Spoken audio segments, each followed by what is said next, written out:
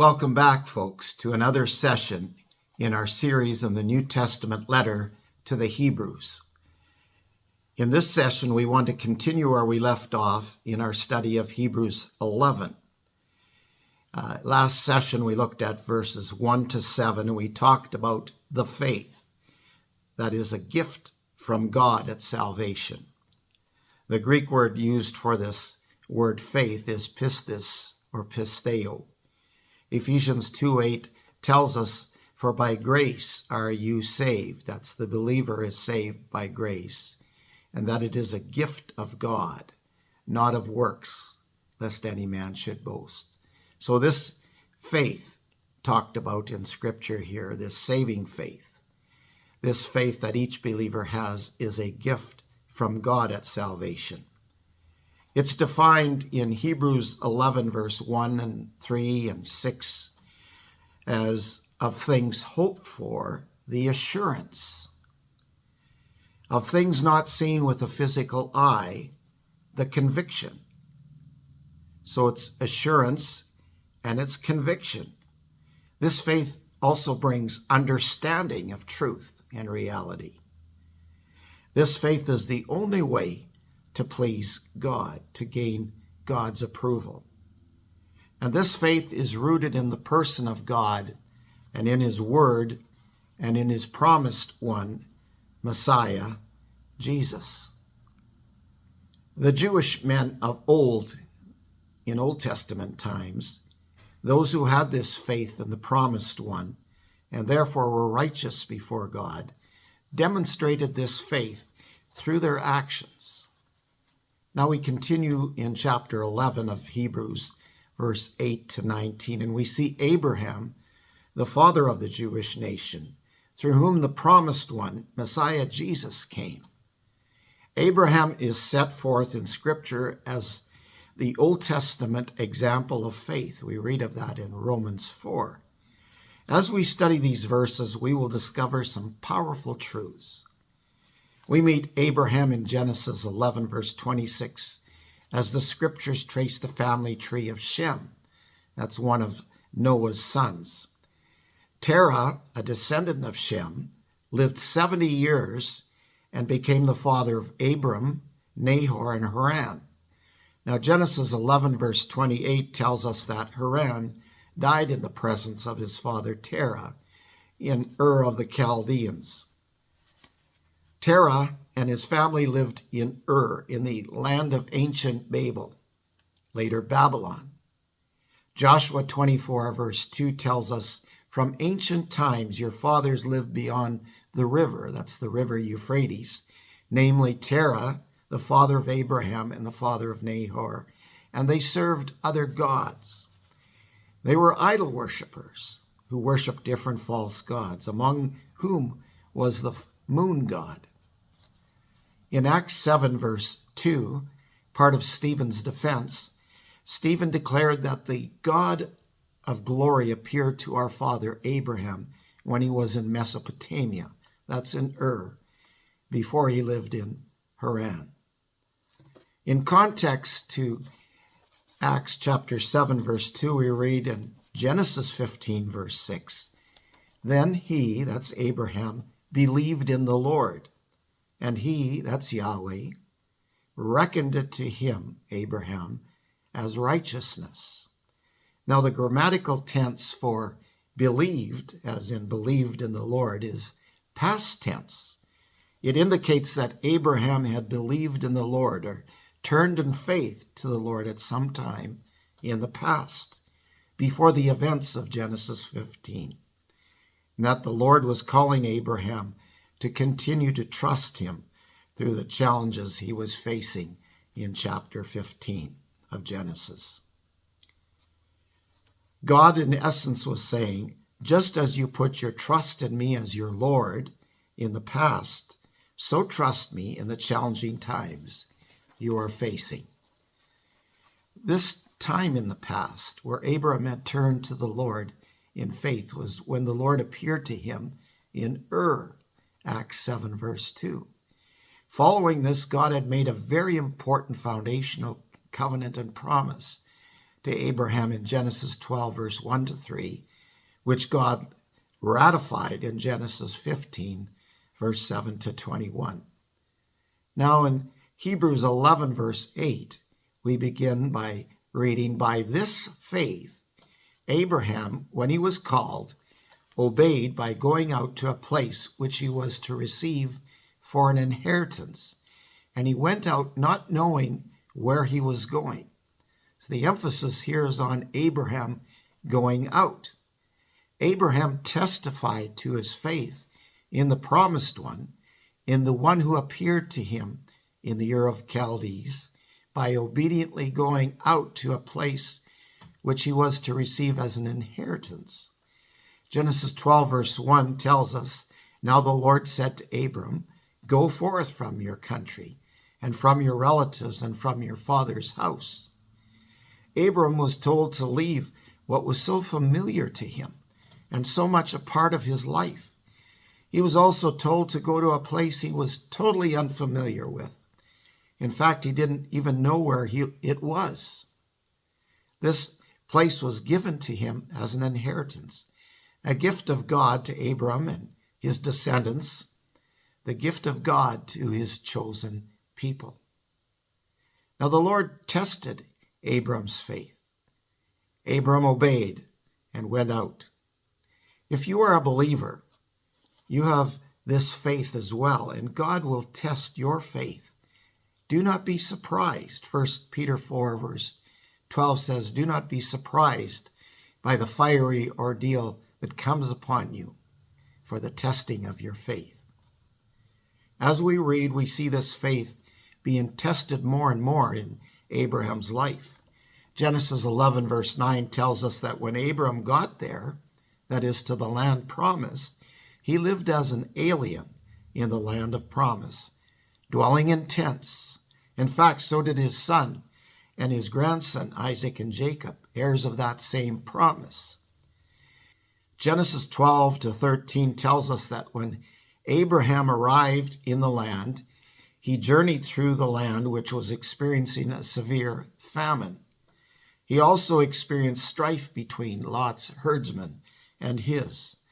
The land could not sustain both of their herds together. Lot chose the Jordan Rift Valley, and Abraham, the one who had received the promise, dwelt on the stony, barren areas. He was getting old. Still, he had no promised son given to him and Sarah. And here he was living on this stony land. The Lord told him to look north, south, east, and west. And God said all this was given to him. Now, this was a tough way to start, yet he was to trust God.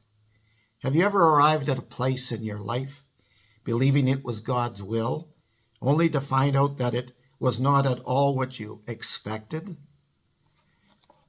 Where are your eyes focused? Remember that this faith Hebrews is talking about sees that which is not seen with the physical eyes. Now, Hebrews 11, verse 9 says, Abram lived as an alien stranger in this promised land. Does this strike you as odd? Abraham, the inheritor of this promised land, living as a stranger on it, living in tents. Certainly Abraham was new to the land. Certainly there were others living there already. Certainly this land needed to be developed, and time would show that God had a plan and was working that plan out. But his dwelling in tents show us something more about his faith. In verse 10, it continues the thought of verse 9 by saying, "For he," that's Abram, "was looking for the city which has foundations, whose architect and builder is God."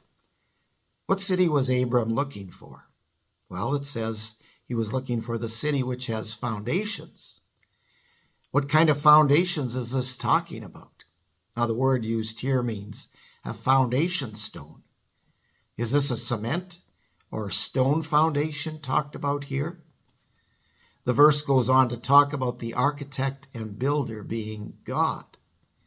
In 11 verse 16, it speaks of a better country that is a heavenly one. So Abraham's focus was on heaven. He longed for heaven. This kind of faith we see here is a heavenly minded faith. This kind of faith faces the challenges on earth that God places us in with a heavenly mindedness. Heaven was Abram's home, his destination. And he was here on business for God. God had a plan to work out in his life and in his descendants here on earth. And he saw it through the eyes of God. In Hebrews 11, verse 11 to 12, the focus is on the birth of the promised son, Isaac.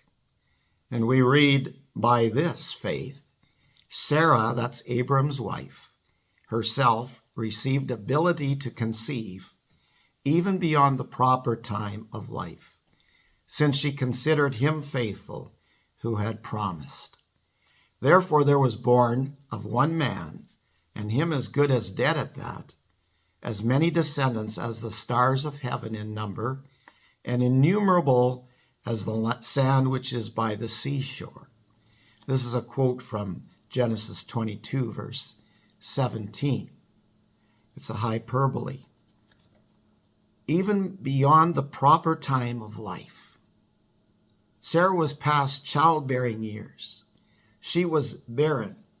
In Genesis 16, verse 2, it says, so Sarah said to Abram, now behold, the Lord has prevented me from bearing children. And then in chapter 17, verse 17 to 18, then Abraham fell on his face and laughed and said in his heart, will a child be born to a man 100 years old? And will Sarah, who is 90 years old, bear a son? Then in chapter 18 of Genesis, verse 11 to 12, when the Lord and two angels appeared at Abram's tent, and the Lord gave news about Sarah having a child, and she laughs.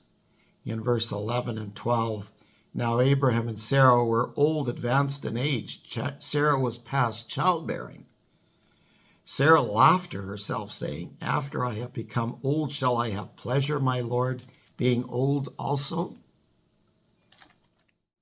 Hebrews 11, verse 11 and 12 talk also about Abraham. And Abraham was 100 years when Isaac was born, 10 years older than Sarah. And it uses the phrase of Abraham, and him as good as dead at that. In other words, he was incapable of fathering children. So in these verses, we see a humanly impossible situation, except for God. But notice what the scriptures say about Sarah. By this faith. Remember the definition in verse 1 and 3 and verse 6 of chapter 11. By this faith, Sarah received ability to conceive. Now, the word for ability means force that God gave her to conceive with Abraham. Sarah demonstrated this faith she had when she considered him, the Lord, faithful who had promised. God had promised a son over and over. Sarah believed God's faithfulness to his promise. God enabled Sarah, who was not only childless but barren at 90 years of age, to conceive and give birth to a son because of her faith in his promise. Abraham, in verse 11 and 12 again, says, therefore there was born of one man, and him as good as dead, not only a son, but descendants innumerable. So God did not only give them a son, but would give them descendants innumerable. The Lord did this great act of enabling these two elderly people to have a son, and this was based on God's faithfulness, his trustworthiness to his promise. Abraham and Sarah trusted God's faithfulness to his promise. Sarah's faith is specifically highlighted here. This faith God has given his followers takes hold of God takes hold of his faithfulness to his specific promises, even when things look totally impossible. Now in verse 13 to 16, we're reminded again where this faith is focused. This faith is set on things above and approaches life from this vantage point. Colossians 3, verse 1 to 2, tells us to set our minds on the things above, not on the things that are on earth. We have already noted this in Hebrews 11, verse 10, and now we're reminded of that again. This reminder means that this is extremely important.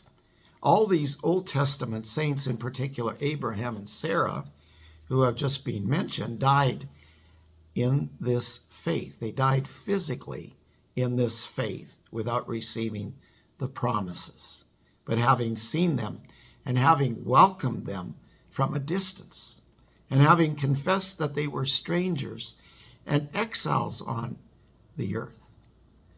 For those who say such things make it clear that they are seeking a country of their own.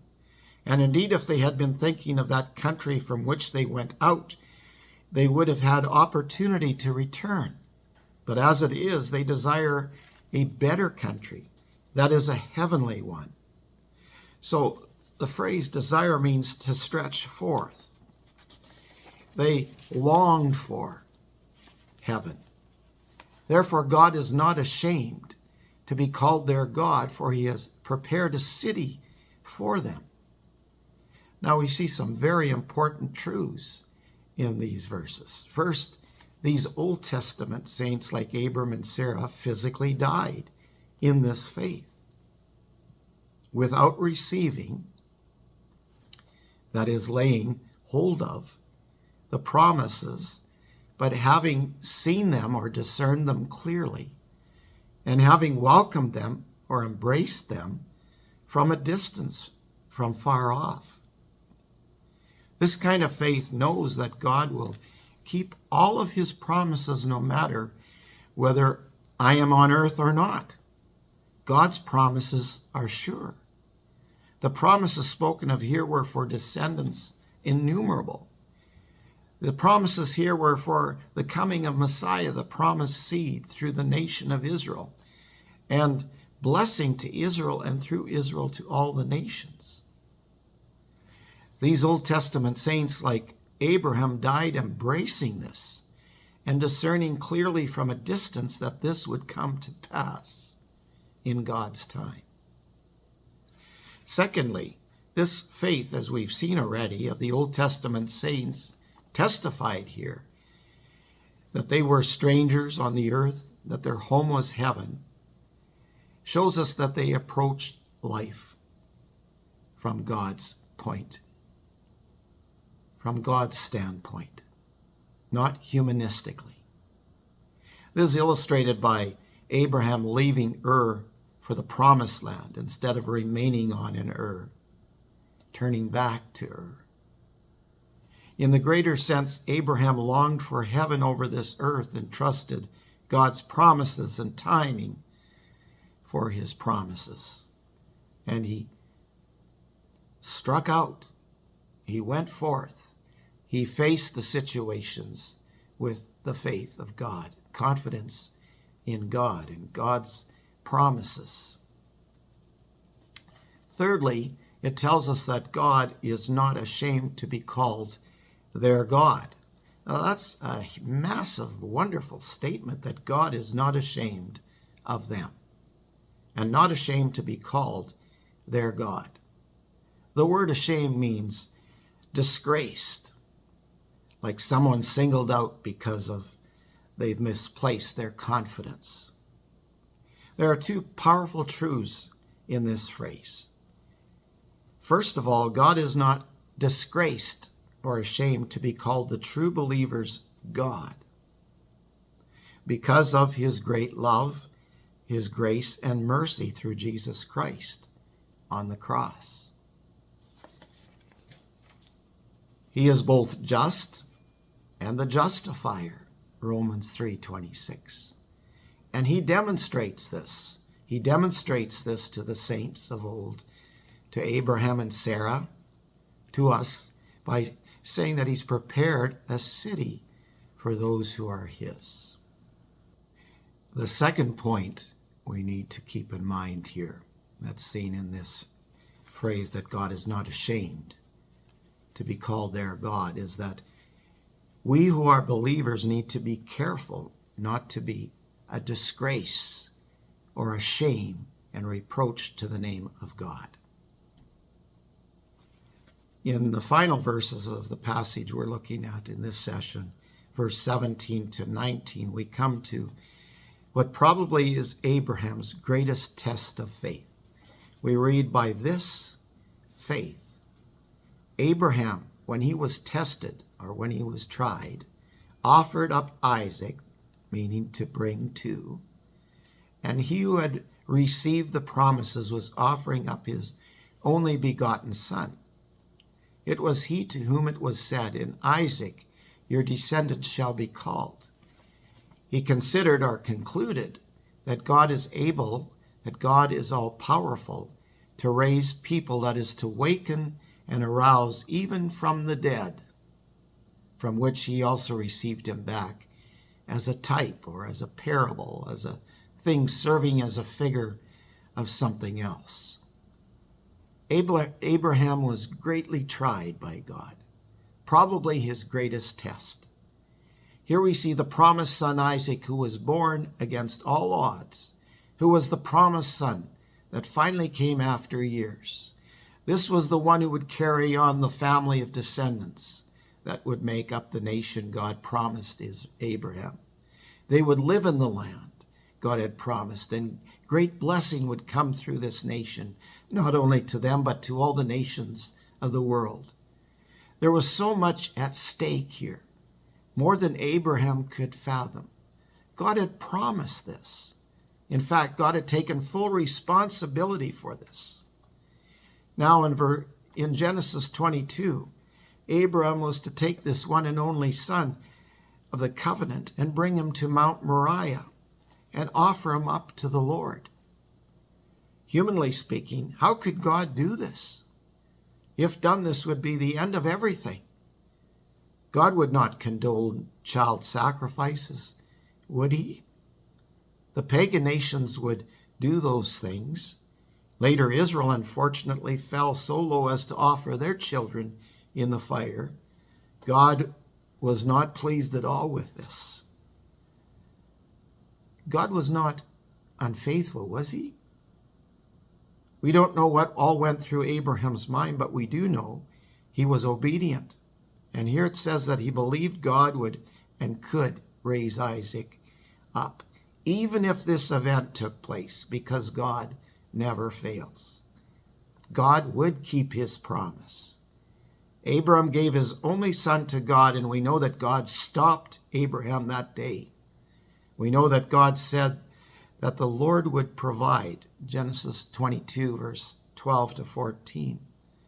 The Lord reaffirmed his promise to Abraham, and Abraham received back his son as a type, as a picture of what God would do someday in sending his only son through the line of Abraham and Isaac.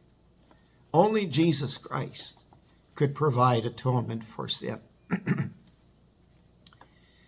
This faith that we are looking at in Hebrews 11 is obedient to death, and it trusts God's promises no matter how black things look.